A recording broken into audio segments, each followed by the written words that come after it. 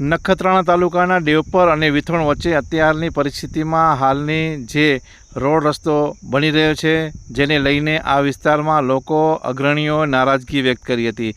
એક બાજુ રસ્તાનું કામ શરૂ થયું છે ત્યારે આ રસ્તો માર્ગ ધીમી ગતિએ છે એવો આક્ષેપ આ વિસ્તારના ચૂંટાયેલા પ્રતિનિધિ એવા દિલીપભાઈ નરસિંઘાણી તેમજ જયસુખભાઈ પટેલ તેમજ દિનેશભાઈ રૂડાણીએ આ નારાજગી વ્યક્ત કરી હતી અને આ રોડ જે બની રહ્યો છે તેને આજે બપોરે જે રોડ બનવો છે તે રીતે નિયમ અનુસાર ન બનતા હોવાના કારણે એને અટકાવવામાં આવ્યો હતો।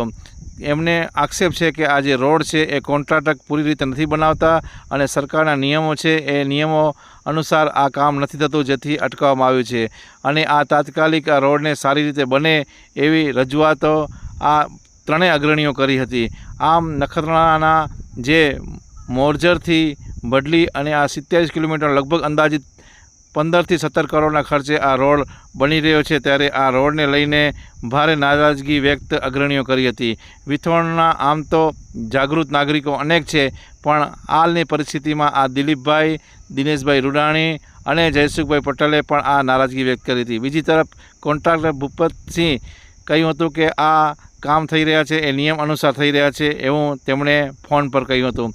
આમ નખત્રાણાના દેવપરથી વિથોણ સુધી જે ચાલતા રોડ છે તેને લઈને લોકો ગંભીર આક્ષેપો કરી રહ્યા છે। ઉપરનું જે ગૌશાળા છે અને પ્રાથમિક શાળા પાસે જે અત્યારે રોડ રસ્તા બની રહ્યા છે એને લઈને ગ્રામજનો દેવપરના તેમજ વિથોણના અગ્રણીઓ આ કામને રોકવામાં આવ્યું હતું અને તેમનો આક્ષેપ હતો કે આ રોડ સારી રીતે નથી બનતો અને જે નિયમ અનુસાર જે બનવો જોઈએ એ નથી બનતા, નથી કોઈ સાઇનિક બોર્ડ લગાવવામાં આવ્યો, જેથી લોકો પરેશાન થાય છે અને વિથોણ અને આ વિસ્તારના અનેક લોકો આ જેના કારણે અટકાઈ રહ્યા છે તેમજ અહીંના આ વિસ્તારમાં જે અધિકારીઓ અને કોન્ટ્રાક્ટરો પણ હાજર નથી રહેતા એવા આક્ષેપો કર્યા હતા। તો સાંભળીએ દિલીપભાઈ શું કહે છે।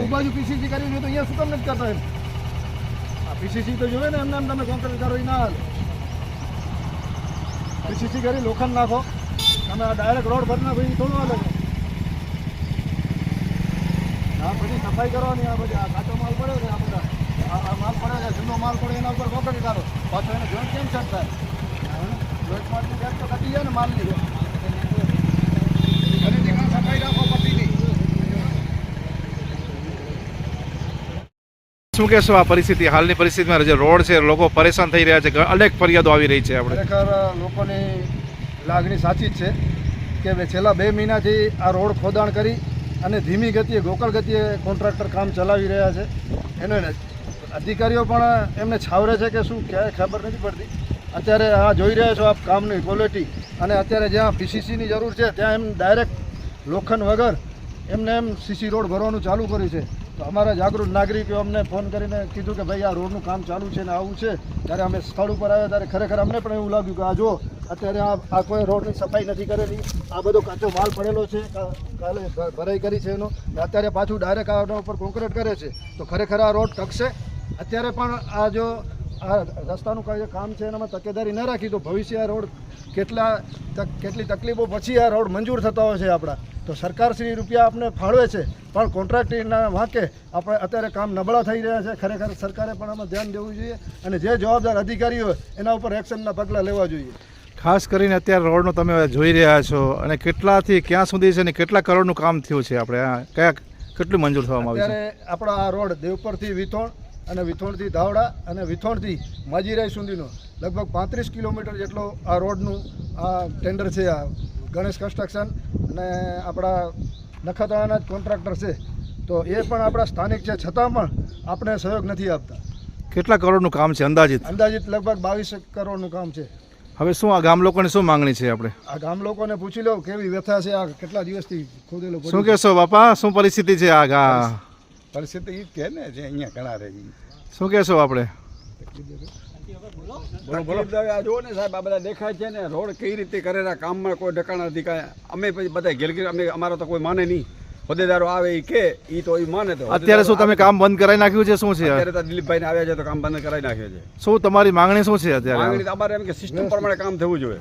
અધિકારીની હાજરી જોઈએ. કોઈ આવ્યા છે કોન્ટ્રાક્ટર કે કોઈ અધિકારીઓ હમણાં આવ્યા અમને છે? કોઈને જોયા નથી. હવે અહીંયા માણસોને કહી તો આપણે આ પ્રમાણે છે તો હવે ઈ પડે ઈ પ્રમાણે કરે. ધીમી ગતિએ કેટલા દી ચોમાસું આવી રહ્યું છે, ઉપર ચોમાસું છે, ત્યારે આ દિવસો આવી રહ્યા છે, ત્યારે આ પરિસ્થિતિ જો થશે તો વધારે તકલીફ થશે લોકોને. હેરાનગતિ આપણને રહેવાની છે ને, એ લોકોને ક્યાં નેતા લોકોને થવાની?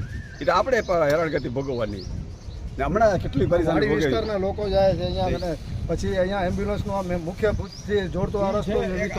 કેટલી ટ્રાફિક છે અહીંયા. દવાખાનું, આરોગ્ય તો કેન્દ્ર છે, અત્યારે ત્યાં આ રસ્તા ઉપર જઈ નથી શકાતું. અત્યારે વિથોણથી ચાવડકા કે દેવી સરવાળાને આવવું હોય તો ધાવડા તો પાછા ફરી અને પાછા અહીંયા દેવપર ફાટકે આવવું પડે. આટલો ફેરો થાય પડે છે. ઈ કરી લે એટલું બધા કામ આવે. ધીમી ગતિએ કામ ચાલે છે એ ન ચલાવી છે. એનો વર્કિંગ બોર્ડ લગાડવું જોઈએ કે કેટલા દિવસમાં કામ કરશે, કઈ એજન્સી છે, એટલે કેટલા રૂપિયાનું ટેન્ડર છે, તો આમ લોકોને પણ ખ્યાલ આવે. એ ક્યાંય સાઇન બોર્ડ મારેલા નથી, રોડના ડાયવર્ઝનનો ક્યાંય બોર્ડ નથી મારેલા. લોકોને હેરાનગતિ થાય છે અને પાછા ગાવડા થઈને ફેરવવો પડે છે. ગામ જો જાગૃત હોય તો રોડ રસ્તા સારા બને છે. ચોક્કસ છે, તમે બતાવ્યું છે, વિથોણવાળા પહેલાં પણ બતાવ્યું છે, ત્યારે આજ ફરી પાછા પ્રજાના લોકો છે, પણ ગામ લોકો એમને બોલાયા છે કે અત્યારે કામ આ નબળું થઈ રહ્યું છે. તો શું કહેશો દિનેશભાઈ આપણે? આજે આ ગામ લોકોની ફરિયાદ અમારી પાસે આવી કે ભાઈ તમે જરાક અહીંયા રાઉન્ડ મારો તો આ અમારો રસ્તામાં ક્યાંક એ કાચું કાપી જાય અને આ જો સફાઈ નથી, ક્યાંય એમને ઉપર માલ નાખી જાય તો એ લોકો ગામવાળા સાચા છે. અને માન તો આ કેટલા વર્ષ પછી રસ્તો બન્યો ને પહેલાં જે અમારો કંટ્રાક્ટર હતો એ એવો જ છે અને આ અત્યારે પણ ગન આપેલા તો આ રોડમાંથી પછી કાયમ અમને હાલવાનું છે. તો પાણીને આ તે ભરાઈ ન જાય એના માટે ગામ લોકોને ધ્યાને અમારી ઉપર આવી વાત તો અમે અહીંયા આવ્યા ને કામ બંધ કરાવ્યું છે અત્યારે. તો એ લોકોને કીધું ભાઈ વ્યવસ્થિત કામ કરો, બધું નિયમ પ્રમાણે કામ થાય તો કામ કરવાનું છે, નહીં તો કામ બંધ કરી નાખો. શું આપની માંગણી છે? કામ વ્યવસ્થિત થાય, જલ્દી થાય ને નીતિ નિયમ મુજબ થાય એ અમારી માંગણી છે.